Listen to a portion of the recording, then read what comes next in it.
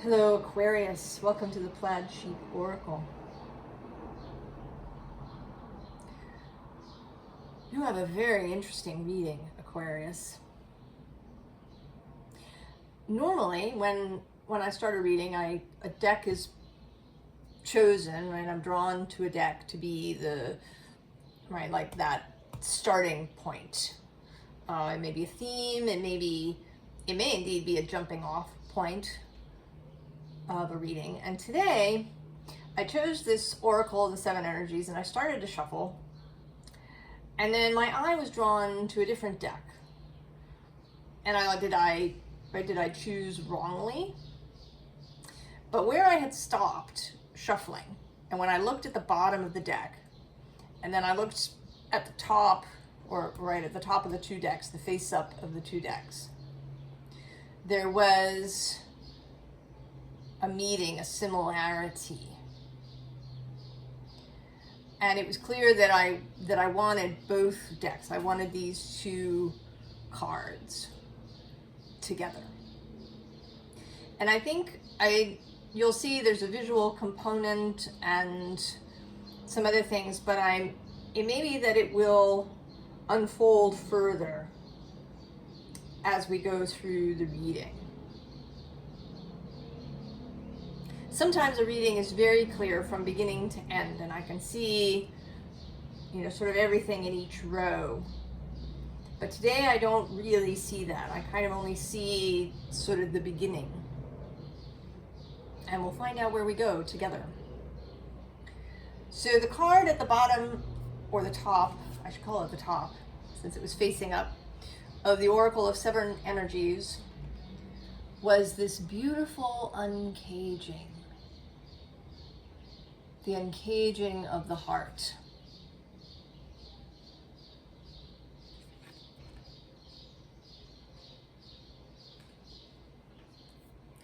And then the card at the top of the other deck, the Southern Oracle, was sweet as a Georgia peach. And it says kindness, tender care, charm, beauty, flirtation, delicious experience. Right? Like biting into a really ripe peach. And the juices, run down your chin.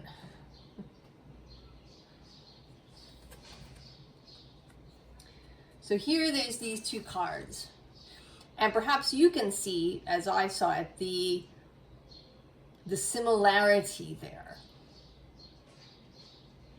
And it wasn't just sort of visual, there's a feeling similarity to this today. That this uncaging is about all of these things, the kindness, the tenderness, the beauty, the delicious experience. I confess that I sometimes have difficulty with Aquarius energy. My 8th house cusp is in Aquarius. And that is a tricksy, sometimes partly hidden, often difficult space. But today I feel closer to Aquarius today than I often do. Because I really relate to this idea of uncaging the heart, of uncaging experience, uncaging desire, uncaging compassion, and generosity. So the bottom of the peach, or I should say the top of the peach deck now, is don't get your feathers ruffled. Inner calm, well-being, patience, deep breathing, compassion, the ideal. So if this is happening to you, Aquarius, you may find it a novel experience, perhaps, or at least that there's a greater intensity. And I don't mean to imply, Aquarius, that you haven't deeply loved people and things and experience. That you don't have a great deal of care and tenderness for others. But that this has been something that has been held tightly within you. That maybe other people don't see it. That maybe other people see you as very detached, disinterested, cool. That this, right, this inner calm, right, that really it's about an outer calm. When maybe inside there's been a lot of turmoil. And that what we want to do here is kind of, if all of this is uncaged and released to be seen visibly, publicly, and I kind of want to say really publicly, like not just with your nearest and dearest, but with casual relationships as well. That your tender heart is more visible.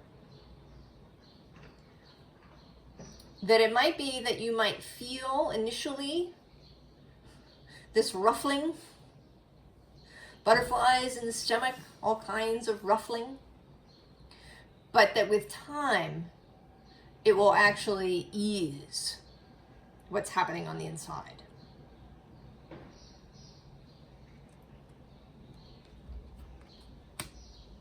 On the bottom of the deck, it's whatever floats your boat. Fulfillment, enthusiasm, follow your bliss, and money comes. Passion project, do you. And you need to be uncaged in order to do all of that.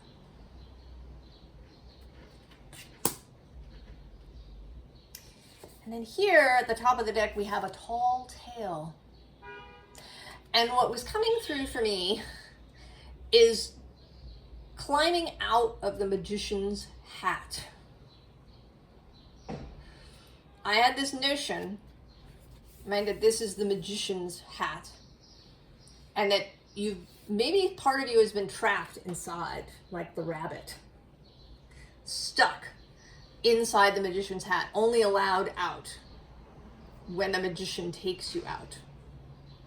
The magician here being whatever self-control, perhaps the intellect, whatever governor you've had over yourself that has been keeping you and only allowing you out in very particular, maybe very choreographed moments.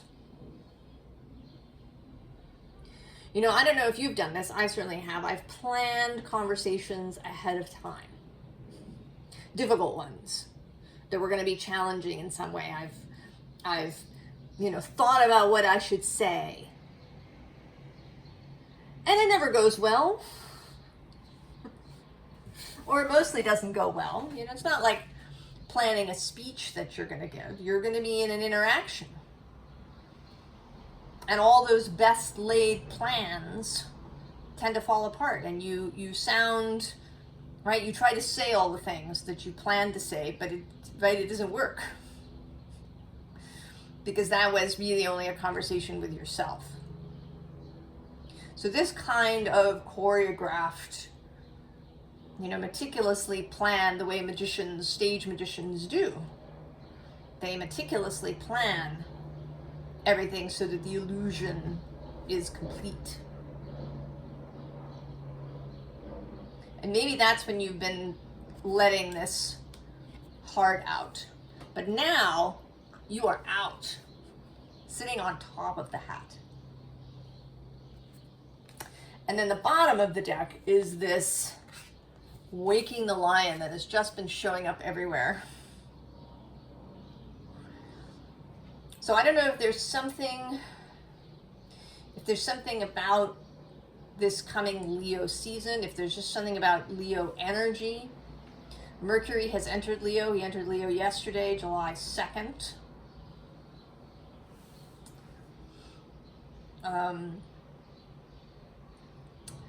He will be retrograde through Leo for part of the time. He turns retrograde on August 5th, which is he turns retrograde right after the new moon on August 4th. The new moon in Leo. And at that point, he will be in Virgo, Mercury. And you, right, you have an affinity to Mercury with all of your air energy. And he's going to turn at about 4 degrees of Virgo, and you also have an affinity to Virgo. And then he's going to retrograde all the way back, I'm not sure how far back, I want to say to 12 degrees of Leo. I don't know if that's exactly true, but it's somewhere in there. Through the end of August, like I think August 25th to 26th. And then he turns around and goes all the way back out. So there's something about Leo. Last year, Venus had a 4-month sojourn in Leo.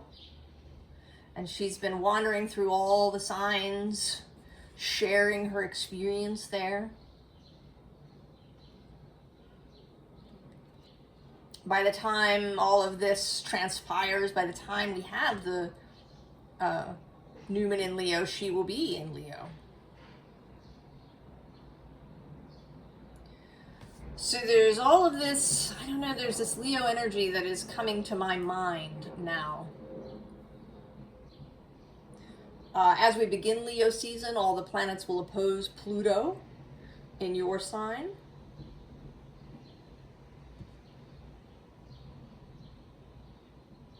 So there's something about that, something about Leo, something about this lion energy, this fire, creativity, heart-centeredness.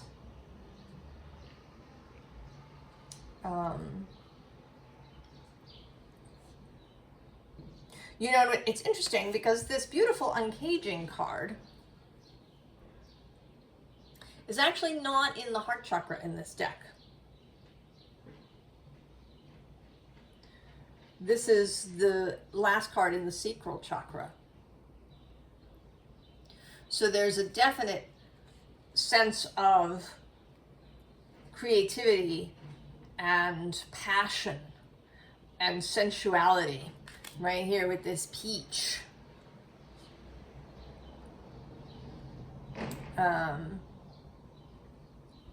Idea here.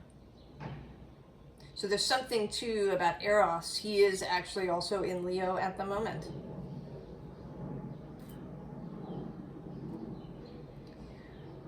So this is coming through, the full reading is coming through like a love story. But it's a big love story.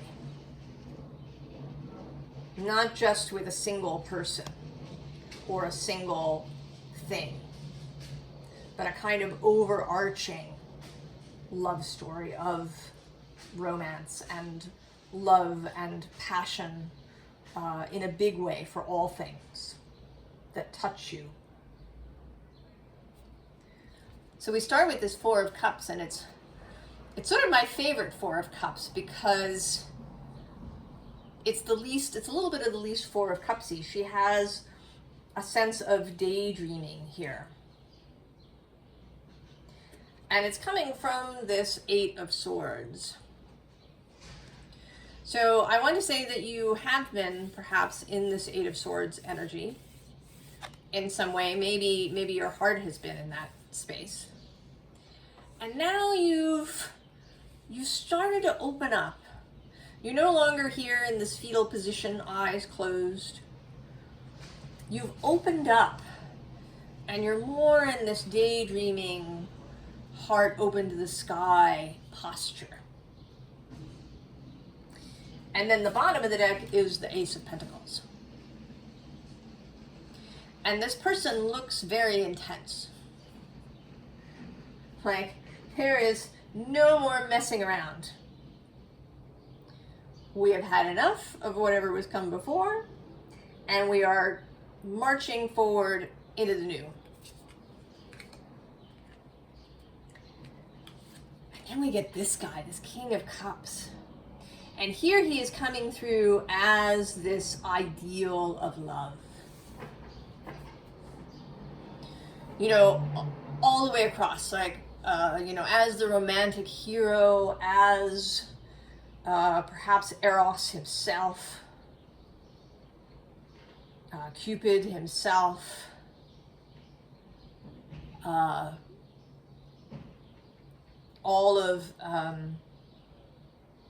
hopes and dreams, and just an ideal love.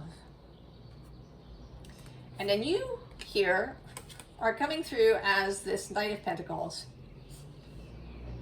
and you are mesmerized.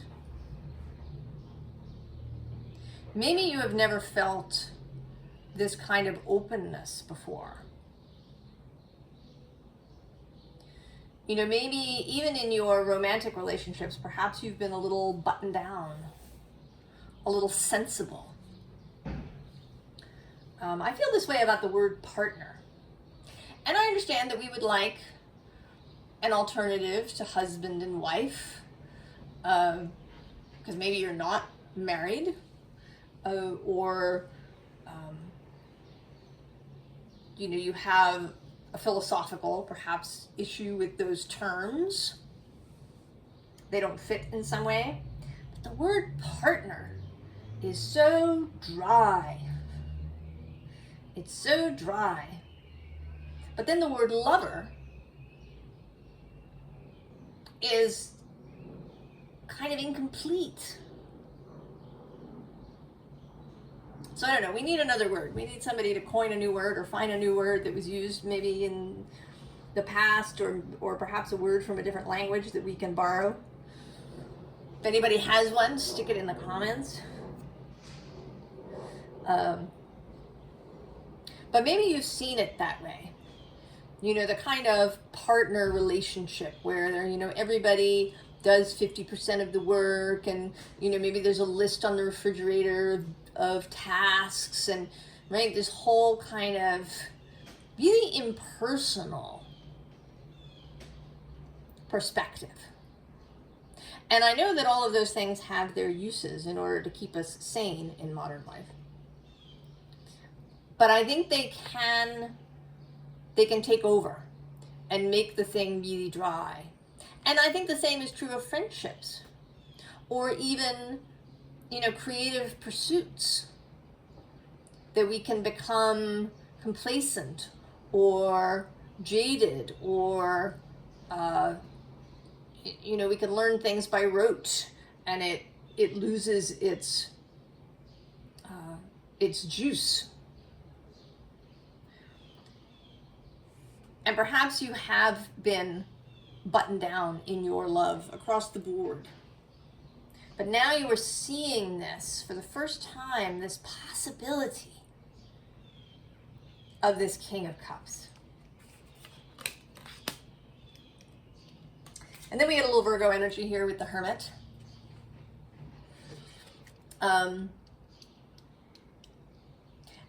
it seems to me that she's really considering the light in her lantern. Like, what has she been following up until this point? What has she been doing? How has she been defining, delineating, judging things? You know, maybe by how logical they are, how reasonable they are, how low maintenance they are.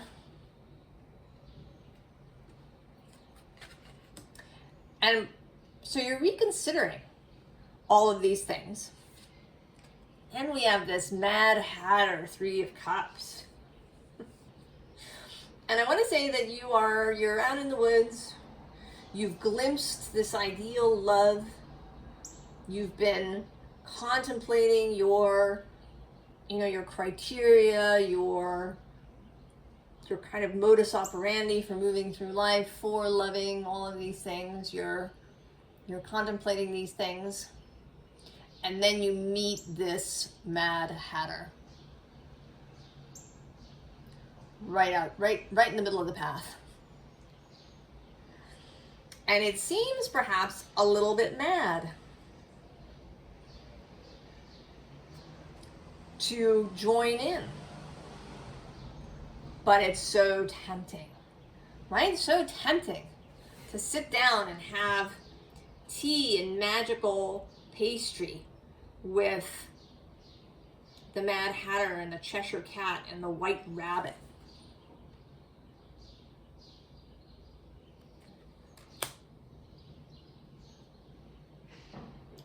So now this next row is really interesting, because it seems to be in reverse, or, well, sort of. Putting the cart before the horse. So we have this Wrath card. And I don't really feel like it's wrath or rage, but just that it's chaos, confusion. Because the next card is upheaval. And then displacement. So it may be that you have this vision that if you uncage your heart, if you really start embracing this ideal of love, that the result is going to be a real problem. That the result is going to be chaos. And actually, under this wrath, we have teamwork, but it's an interesting teamwork because it shows conflict. It's not teamwork to create something, it's teamwork to chase this hawk away. So that even, right, and below that, we actually have survival. Oh, and look, risk. As well, incidentally, as commitment, which can kind of run two ways, right? You might be really committed to keeping something buttoned up because then it is, right, it's safe, there's no chaos, there's no upheaval, there's no angst, and maybe there's no wrath if you keep things buttoned up. But the bottom of the deck is illusion.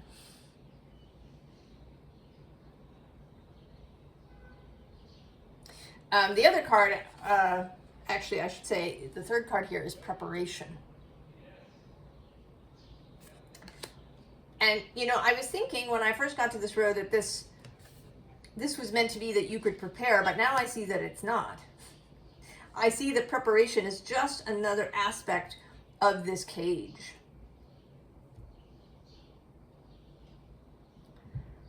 That it's, right, it's control.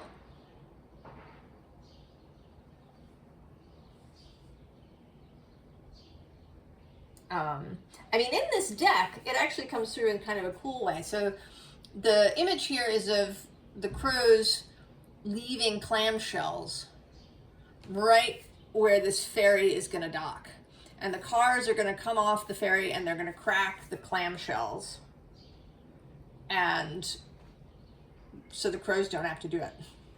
So it's this preparing, right? The crows knowing that they've got this clam opening tool that's about to get off the ferry. So this is kind of a, sort of taking advantage of things that are there, and that's sort of a cool preparation. But I think it's the card itself is coming through as over preparing in order to mitigate the possibilities of upheaval or displacement or risk. That survival, that keeping things on track is the most important thing. And this can, you know, be in any place. It can be in your family life. You know, maybe you have a partner and children, and you want to get prepared and keep things on track so that everybody gets to school on time and all of these things. And it is, and while all of this, is important, it can take you over. And then everything gets caged up. Everything becomes the system, the preparation. Even those things which want to be spontaneous and open. To let the peach juice run down your chin and onto your shirt.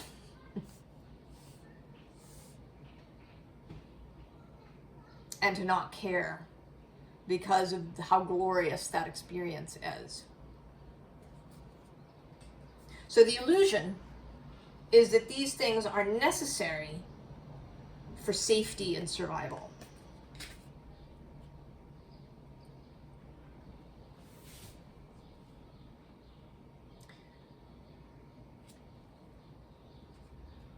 Then we get the Eight of Wands. And I have the sense that these wands, rather than moving, are poised. They're poised to arrive. They're, it's like they're being just held back.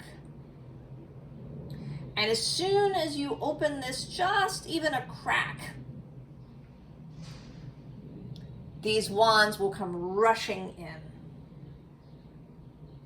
And below them are choices. And actually also the King of Pentacles with power.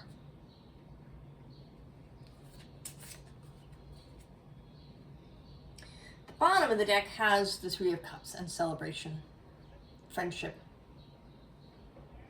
love, bringing cups together.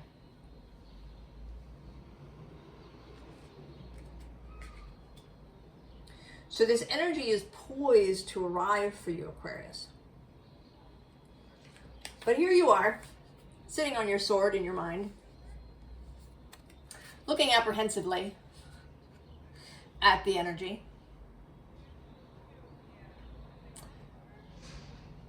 Do you want to let it come in? Ooh.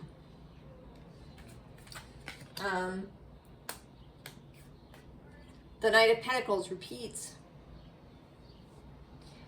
And there is this sense of being armored here, of course. But I also have this idea that he's, that he was sort of marching along and he's just stopped and is staring because he has met up with this ideal love. He's met up, in fact, with this Two of Cups union. Now, this may be a romantic relationship. It could be that.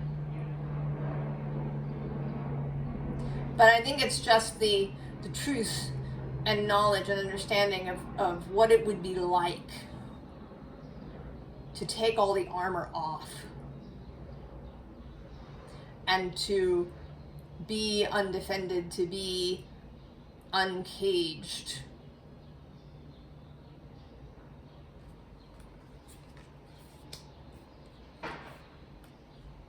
And then we have it. We have the armor removed.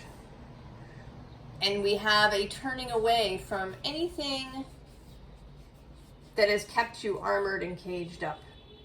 Any previous experiences, any doom-laden thoughts, any perseveration, any analysis paralysis, any of that stuff is now just behind you.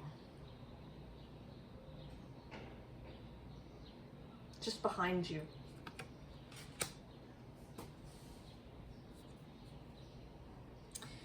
And what you have then is the Priestess here at the top of the deck and the Empress at the bottom. There's a power couple.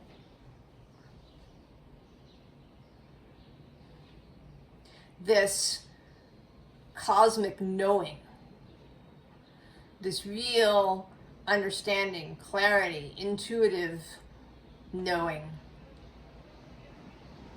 oracular vision,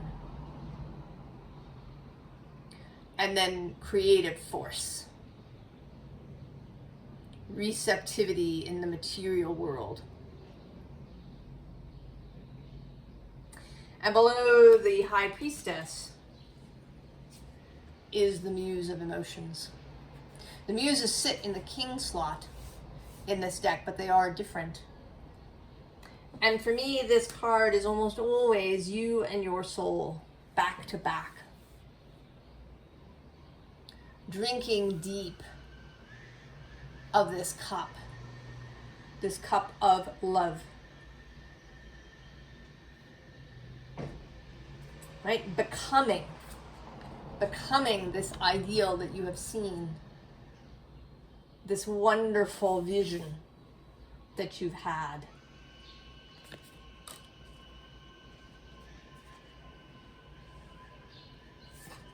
Now there is, when this happens, there will be a process, initially probably of some serious energy, feeling perhaps like you're overwhelmed.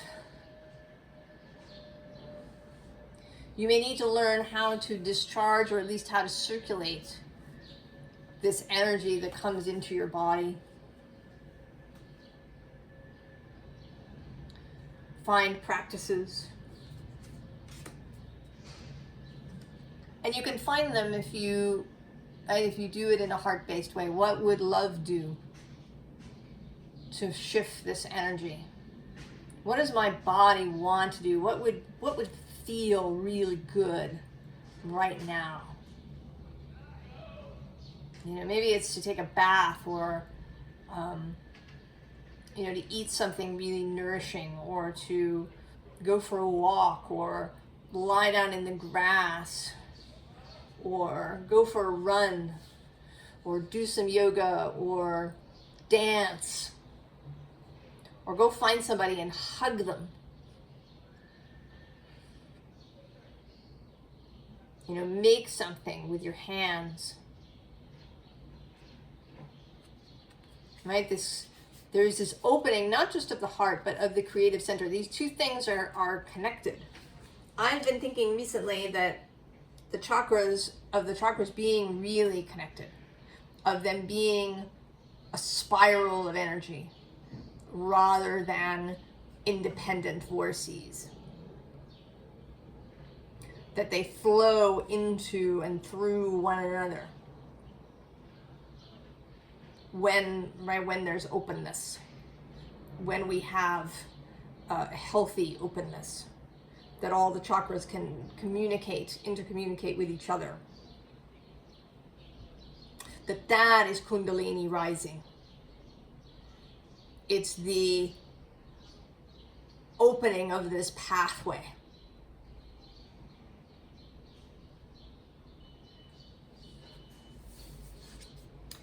And so there will be things to balance, to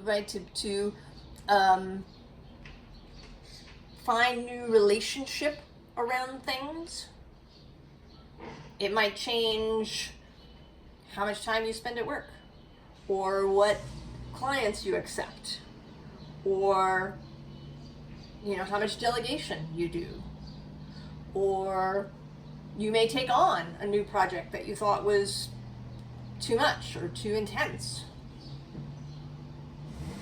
You might decide to have children if you were hesitant before. There's any number of ways that these sort of relationships in physical life could change. But you will feel a much greater vitality and energy, Aquarius. And then the choice card is back. You may, this also feels like not just finding more choices in your life, but discovering a much bigger palette of emotion.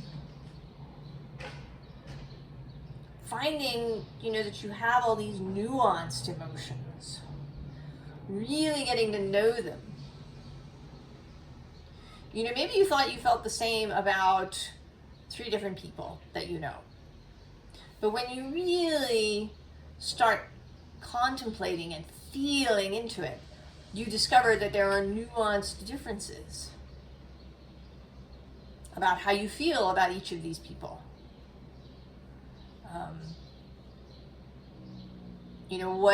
What experiences you have with these people. So a much greater emotional vocabulary that you can use.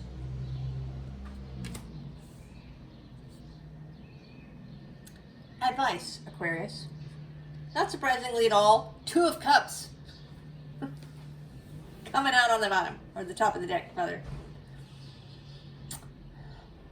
2 of Cups. Just love, it's a willingness. A willingness to choose. The 2s are about choice, choosing love, choosing openness, choosing connection, choosing desire, choosing sensual experience, choosing tenderness.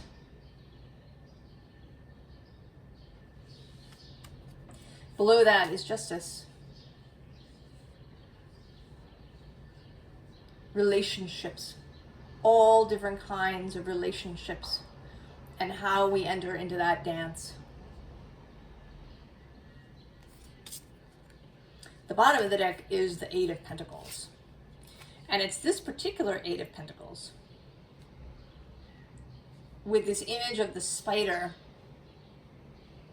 and that there is a regularity to the pattern of the web, but there's also beauty. There's art, and then the web becomes a device of communication. The spider is intimately connected to his creation. Feeling the slightest tremor.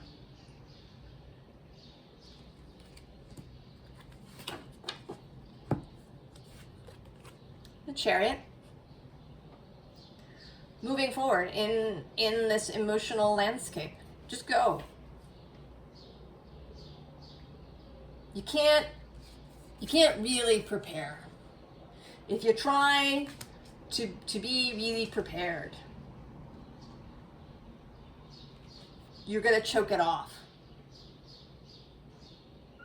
Just, throw some things in your bag and leap into the Chariot. And see where it takes you. Feel confident that at this point in your life, you've lived a bunch of life.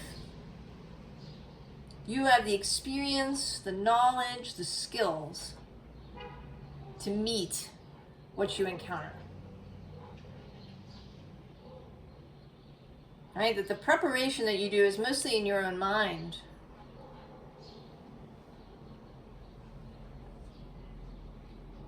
With your own nervous system.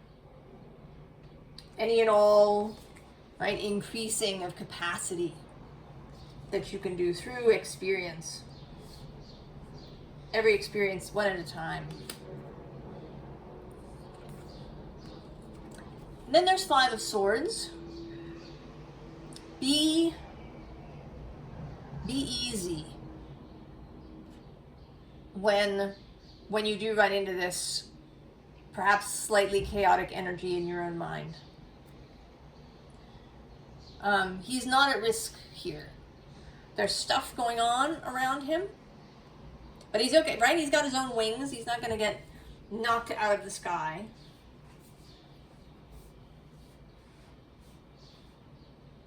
If he minds himself, if he gives himself a little moment to adjust as changes come in, his experience will grow and he'll be able to do and shift more and more quickly. So don't try to keep all of this at bay all the time.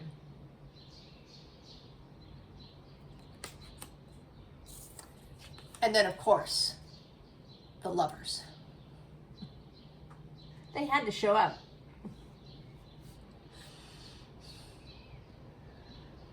The sacred marriage. The choice of love over fear or judgment.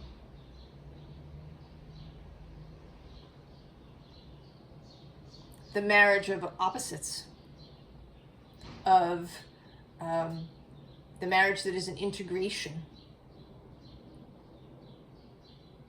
And love.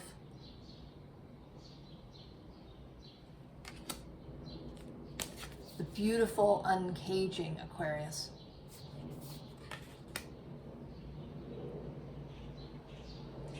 Revealing more of that. And really, and it's actually, you know, this revelation thing, yes, but it's really more about your own experience of it,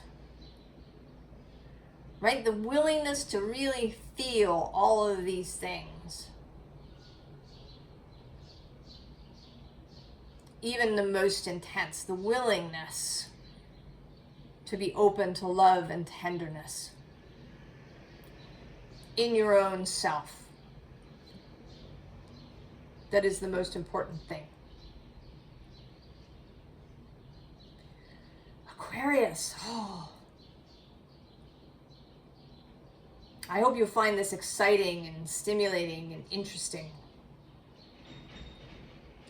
I wish you all the very, very best, Aquarius, and I will see you next time. So long.